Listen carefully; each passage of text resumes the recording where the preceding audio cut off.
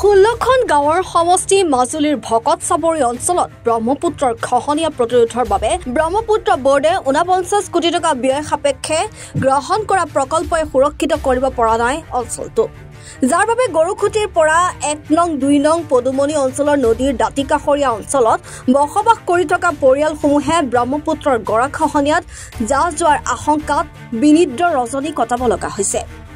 ৰাইজৰ বহু আবেদন নিবেদনৰ অন্তত ব্ৰহ্মপুত্ৰ বোৰ্ডে পকী পাৰ্কোপাইন সংস্থাপন কৰি খহনীয়া ৰোধৰ চেষ্টা কৰিছে যদিও সেয়া বিজ্ঞানসন্মত আৰু পৰিকল্পিত নোহোৱাৰ অভিযোগ উঠিছে, যাৰ ফলত খহনীয়া বৃদ্ধি পোৱাহে পৰিলক্ষিত হয়। এফালে খহনীয়া ৰোধৰ বাবে কাম কৰিলেও উক্ত আঁচনিৰ কাষতে আৰম্ভ হৈছে প্ৰবল খহনীয়া। চকুৰ পলকতে হুৰাহুৰে অঞ্চলটোৰ ভূমি নদীত জাহ যোৱাৰ সৰ্বশ্ৰান্ত হোৱাত আশংকাত ভুগিছে এতিয়া দৰিদ্ৰ পৰিয়ালকেইটাই। উল্লেখ্য যে ২০০৩-৪ বৰ্ষৰ পৰা মাজুলীৰ ভৌগোলিক সুৰক্ষাৰ বাবদ কোটি কোটি টকা ব্যয় কৰা ব্ৰহ্মপুত্ৰ বোৰ্ডে আজি কোপতি মাজুলীৰ এচপৰা ভূমিও সুৰক্ষা দিয়াত সফল হ'ব নোৱাৰিলে। মাজুলীৰ ভৌগোলিক সুৰক্ষাৰ নামত অপৰিকল্পিত আঁচনি ৰূপায়ণ কৰি অনুমোদিত বৃহৎ ধনৰাশি উদৰস্ত কৰাই বোৰ্ডৰ বিষয়া আৰু ঠিকাদাৰ লক্ষ্য হোৱাৰ বাবে মাজুলীৰ খহনীয়া ৰোধৰ ক্ষেত্ৰত বিফল হৈ আহিছে ব্ৰহ্মপুত্ৰ বোৰ্ড। ৪৯ কোটি টকাৰ যদিও সুৰক্ষাৰ কাম চলি আছে, এই মুহূৰ্ততো তীব্ৰ গৰাখহনীয়াৰ সৃষ্টি হৈছে। কেইঘৰ মানুহ এতিয়ালৈকে উঠিবলগীয়া হৈছে ইয়াৰ পৰা এতিয়া এঘৰ পৰাও উঠি গ'ল, বাকী আৰু ৩ ঘৰমান মানুহ একেবাৰে ৩ ঘৰ বুলি ক'বলৈ নাই আৰু ইয়াত আৰু ১ নং পদুমণি গোটেই গাঁৱে আৰু যিটো আছে গোটেই খোৱা আছে ইয়াত। এতিয়া মাননীয় MLA ছাৰৰ নেতৃত্বত যিখিনি কাম কৰি আছে বৰ্তমান ভকত চাপৰিত, কামটো এই ধৰণে ভালেই হৈছে, কিন্তু কামটো এটা কথা বেয়া হৈছে, স্কিনাৰকেইখন অলপ ঘনকৈ দিব লাগে। ঘনকৈ দিব লাগে মানে ইয়াত ১০০ মিটাৰ দূৰে দূৰে দিয়া হৈছে।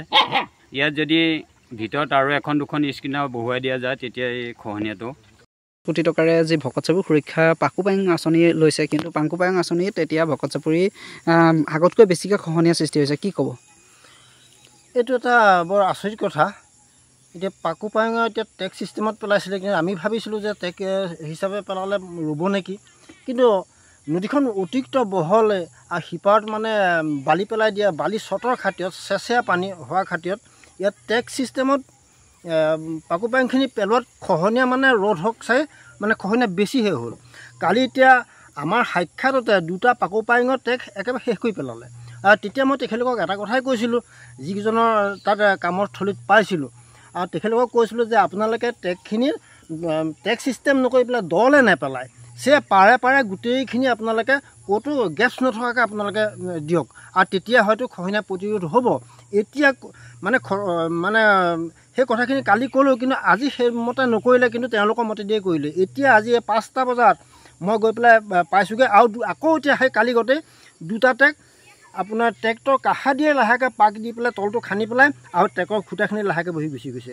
আৰু গতিকতে এতিয়া যি দেখিলোঁ ট্ৰেক দিয়াৰ বিনিময়ত, পাকুপাইঙৰ খুটা দিয়াৰ বিনিময়ত আমি ভকত চাপৰি সুৰক্ষা যদি আমি হয়তো এই বছৰটোৰ ভিতৰত হয়তো 1 কিলোমিটাৰ জেগা এটা থাকিলহেঁতেন, এতিয়া দেখিছোঁ 1 কিলোমিটাৰো নাথাকে, তাৰমানে নিশেষ হোৱাহে চান্স আছে। এতিয়া কালিয়ে পৰহিয়ে আজিয়ে যিটো ফৰ্মুলা দেখিলোঁ, কোনো কাৰণত পকা খুটাই ভকত চাপৰি সুৰক্ষা কৰিব নোৱাৰে। সেয়েহে মোৰ ফালৰ পৰা এটা কথাই কওঁ, আমাৰ ৰাইজৰ ফালৰ পৰাও কওঁ, আমি এইটো আলোচনা কৰিছিলোঁ, যদি চৰকাৰে পাৰে আমাৰ ভকত চাপৰিবাসীক, অকল ভকত চাপৰি নহয় মাজুলীক সুৰক্ষা দিব বিচাৰে, তেতিয়াহ'লে স্থায়ী সুৰক্ষা প্ৰদান কৰক।